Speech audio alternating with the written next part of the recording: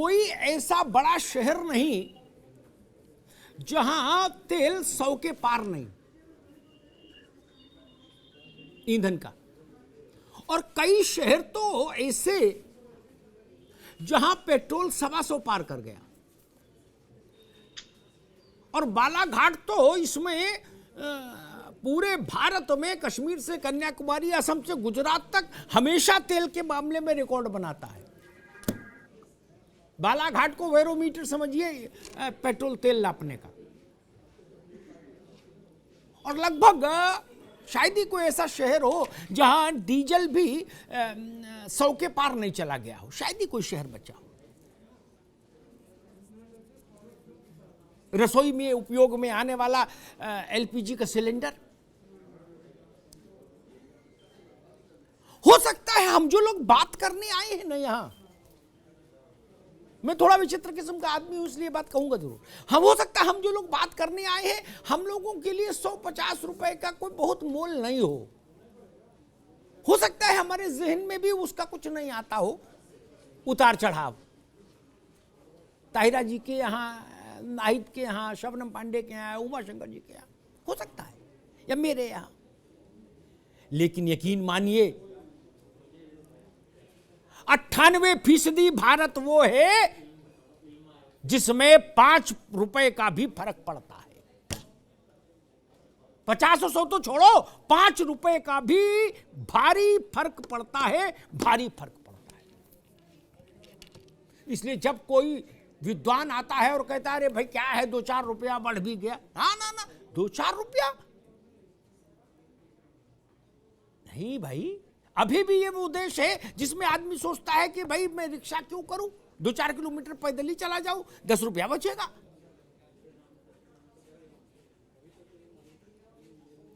तो वो दृष्टि नहीं हम बहस में रखेंगे, नहीं, हम भारत को अपने से नहीं नाप सकते। और संपन्न राजनेता और उद्योगपति उनसे तो नाप ही नहीं सकते। भारत का प्रतिनिधि चेहरा ननकू और रज्जाक है जिसमें रुपया 2 रुपया से भी फर्क पड़ता है।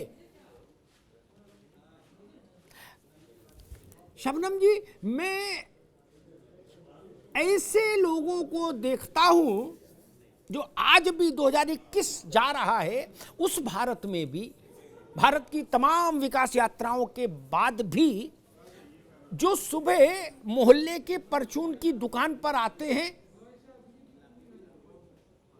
और कोशिश ये करते हैं कि 50 रुपए में सब कुछ ले लें। आधा लीटर दूध, एक आधी ब्रेड का पैकेट, चीनी, चाय की पत्ती। उस देश, वो बहुसंख्यक भारत है, उस देश में अगर डीजल 100 के पार, पेट्रोल 120 के पार चला जाएगा, 800-900 रुपए में सिलेंडर मिलेगा, 80-90-100 रुपया किलो टमाटर मिलेगा, सरसों का तेल 200 रुपया किलो चला जाएगा, तब आदमी क्या करेगा? शबनम जी, सबसे पहले तो आपके दर्शकों को धनतेरस की बहुत बहुत शुभकामनाएं। आपको भी और आपको भी। अमिताभ जी, निश्चित तौर पे महंगाई बढ़ी है, इससे मैं नकार नहीं रही हूँ, और इस महंगाई की मार मध्यम वर्ग को सबसे ज्यादा पड़ती है, इसको भी मैं जानती हूँ, क्योंकि मध्यम वर्ग पेट्रोल डीजल भी इस्तेमाल करता है, साग सब्जियों या जो भी चीजें बाजार में है, अधिकतम तामझाम जो है मध्यम वर्ग को उस तामझाम को की व्यवस्था करनी पड़ती है। लेकिन इस बात से भी मैं एक बार आपको विचार करने कहूंगी कि सदी की सबसे बड़ी महामारी रही है, इससे बड़ी महामारी 100 सालों में हमने देखा नहीं था, और हमने क्या पूरे विश्व में नहीं देखा था। आज अगर यूके की बात मैं करूं आपसे, देखिए हम उन देशों की बात करें जो बहुत सक्षम है, जहां के लोग बहुत सक्षम हैं, आज वो भी महंगाई की मार झेल रहे हैं। 1948 के बाद की सबसे बड़ी महंगाई अगर यूके में है तो वो आज है सदी की इस महामारी की जो मार लगी है यूके में। यूएस की भी स्थिति वही है। आईएमएफ की डायरेक्टर ने भी इस बात को कहा है कि इससे उभरते उभरते अभी 1-2 साल लगेगा डेवलपिंग कंट्रीज को। और हम वो देश हैं जहां आबादी भी सबसे ज्यादा है और जी। हम हमारी आर्थिक व्यवस्था और हमारा जो ताना बाना जी। है इस तरीके से बना हुआ है कि निश्चित तौर पे इस महामारी की मार हमारे जी। देश में बहुत जबरदस्त पड़ी है। जी। लेकिन इसमें सुधार भी होगा। सरकार पूरी तरीके से तत्परता के साथ गरीब तबके के लोग जिनकी आप चर्चा कर रहे थे 50 रुपए में वो सब कुछ ले लेते हैं, ये मैं अपने अगल बगल की दुकानों में भी ऐसे लोगों को देखती हूँ।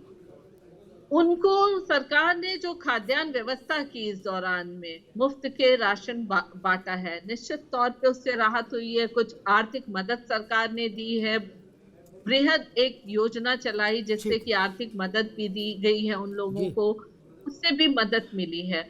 और इस महामारी की जो मार लगी, क्योंकि स्वास्थ्य व्यवस्था जिस तरीके की इन 70 सालों में देश ठीक की है थी, शबनम जी, उससे हम अब ठीक महामारी है, से ठीक लड़ है। नहीं सकते आपके थे। अब मैं दोबारा में आऊंगा आपके पास।